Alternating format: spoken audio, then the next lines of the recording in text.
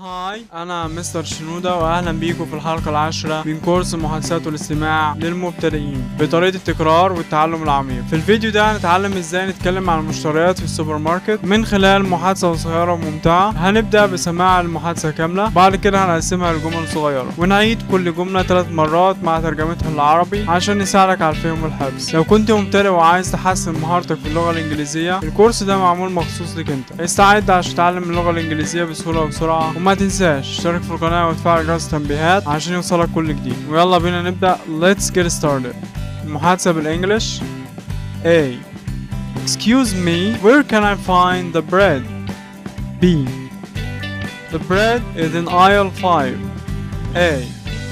Thank you. Do you also have almond milk? B.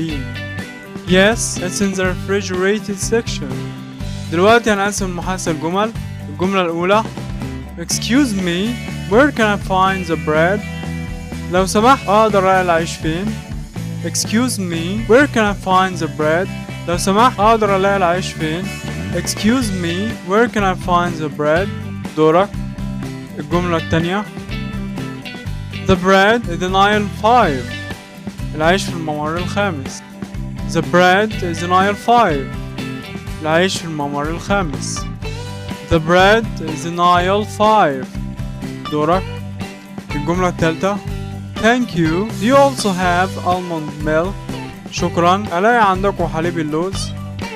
Thank you. Do you also have almond milk? شكرا. ألاقي عندكم حليب اللوز؟ Thank you. Do you also have almond milk? دورك.